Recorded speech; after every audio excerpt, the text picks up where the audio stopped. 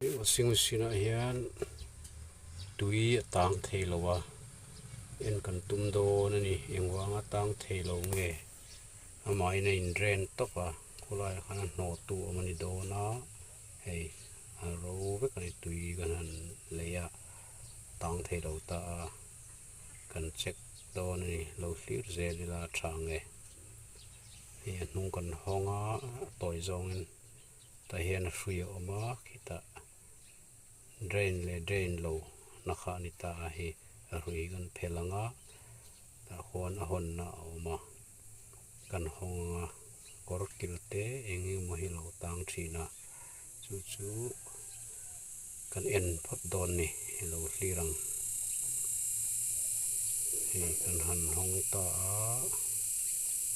engi om ti kha kan hredon thilar sa ne lo tam tak sum senga mi ga ti rangai lo ha chunga hian engi om ti kha suk enanga mo fi zokin an ti don ni ho chunga khon thila lo om nge hu azuk off na azuk lock na kha alo dang thina hu takhan tui hama ina kal thei tina ni chu he kan ti fai chuan thadun off thei ni kan drain ma chu tui tling thei ni ti hau te nia chu wang chuan midang ti tir vek asiam tu te mo pan vek angai lo azat te la sang te la sian tur kha minit rei lo te a